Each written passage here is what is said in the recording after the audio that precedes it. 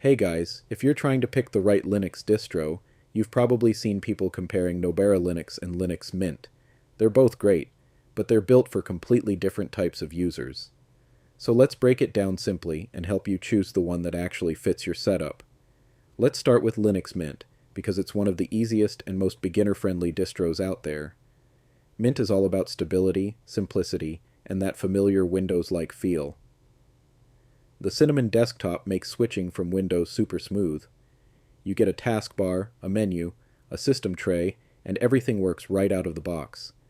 It's lightweight, fast, and excellent for older hardware or low-spec laptops. Mint shines for everyday use: browsing, office work, schoolwork, coding, and general productivity. It's based on Ubuntu, so you get massive community support and tons of tutorials. If you're new to Linux or just want something that just works, Mint is a safe, reliable choice. Now let's talk about Nobara Linux, which goes in a totally different direction. Nobara is built specifically for gaming, and it's developed by Glorious Eggroll, the same guy behind Proton GE. Think of Nobara as Fedora on performance steroids. It comes with pre-tuned kernels, bleeding-edge GPU drivers, gaming codecs, OBS fixes, Wine Proton enhancements, and tweaks you normally spend hours installing manually. Out of the box, Nobara supports more games, runs smoother on modern hardware, and offers better performance for Steam, Lutris, and even non-Steam titles. It also includes the Nobara Tweaks tool, which fixes annoying permissions issues and sets up your system automatically. But Nobara does require more resources. It's heavier than Mint, installation takes longer, and it's aimed at users who want performance above everything else. If you're not gaming, you might not benefit from most of its enhancements. So, which one is better?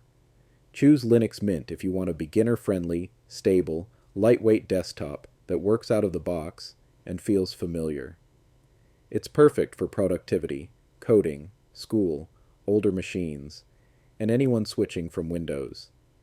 Choose Nobara if you want the best gaming experience possible on Linux, without spending hours tweaking your system. It's ideal for modern PCs, gaming rigs, Steam users, and creators who use OBS or Proton-heavy titles.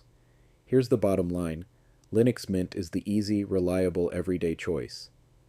Nobara is the optimized, gaming-ready powerhouse.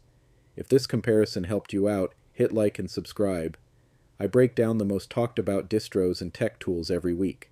Now tell me, Nobara or Linux Mint? Which one are you choosing?